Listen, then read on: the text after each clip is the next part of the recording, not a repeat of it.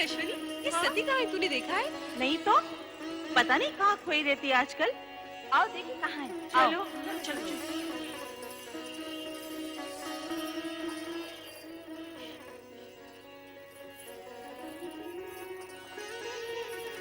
कौन? यही तो हम सब पूछना चाहती हैं सती, कि कौन है वो जिसके ध्यान में तुम हर समय मग्न रहती हो? मैं स्वयं नहीं जानती रोहिणी। पता नहीं कौन है वो जिसके रूपाकार को देखने की उत्सुकता में मेरा मन सदा खोया रहता है। ये तो बहुत गंभीर समस्या है रोहिणी। सचमुच गंभीर समस्या है। अरे जब उस पुरुष का ही पता नहीं तो उसका रूपाकार कैसे दिखेगा? हाँ हाँ, अब तो पिताश्री दक्ष प्रजापति से निवेदन करना ही होगा कि हमारी सती का स्वयंवर रचा दें। सभी प्रकार के उत्तम पुरुष सती के सामने आकर खड़े हो जाएंगे। अच्छा सती, तेरी नाक को हाँ करने के लिए हम सब पिताश्री से प्रार्थना करेंगे कि तेरा विवाह पिताश्री उसी छवि से करा दें जो तेरे हृदय में बसी है। नहीं।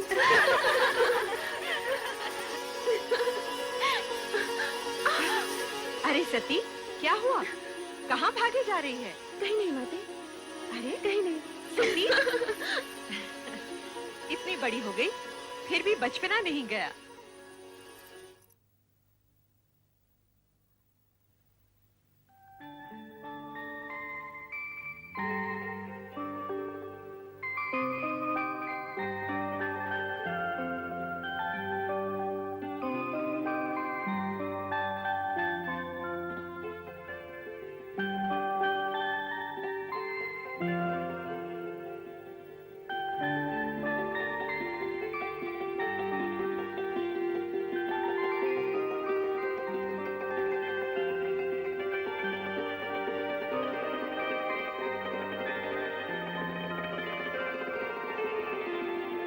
शक्ति तुम?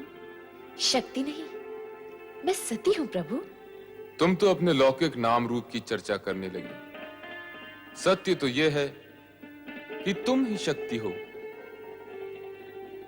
अलौकिक शक्ति, शिव शक्ति।